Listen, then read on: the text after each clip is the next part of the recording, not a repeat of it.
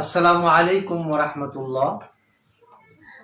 আল কোরআনের দার্সে যারা যুক্ত আছেন সকলকে আন্তরিক অভিনন্দন, শুভেচ্ছা জানিয়ে শুরু করছি। বন্ধুগণ, দুনিয়া এবং আখিরাতে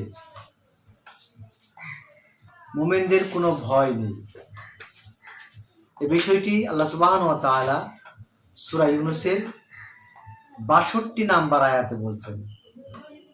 বিসমিল্লাহির রহমানির রহিম। আলা ইন্না আউলিয়া আল্লাহি লা খাউফুন আলাইহিম ওয়া লাহুম ইয়াহজানুন। আল্লাহ সুবহানাহু ওয়া তাআলা চমৎকার করে বলছেন, সাবধান, জেনে রাখো। আলা মানে সাবধান, জেনে রাখো।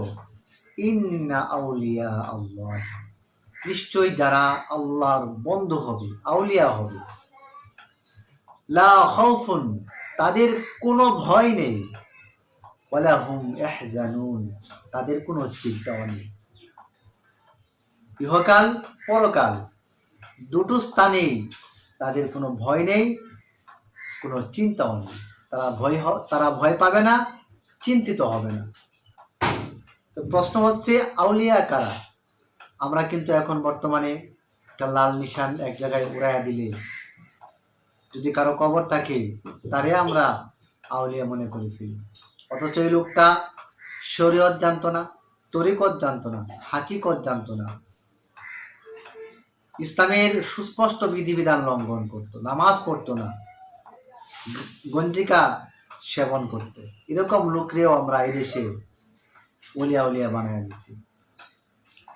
এরকম লোকদেরকে আমরা আল্লাহর পেয়ারা বান্দা বানায় দিচ্ছি এদেশে।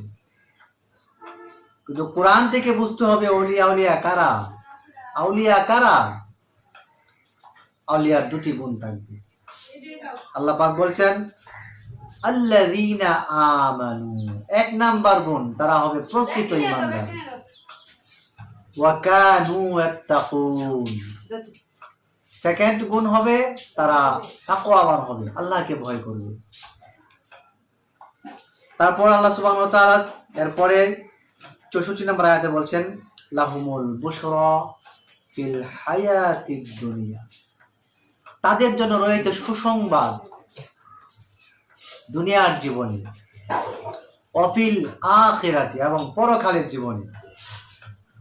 লা তাবদীলা লিকালিমাতিল্লাহ, আর আল্লাহ তাআলা যা বলেন, যে বাক্য বলেন, তার কোনো পরিবর্তন নেই।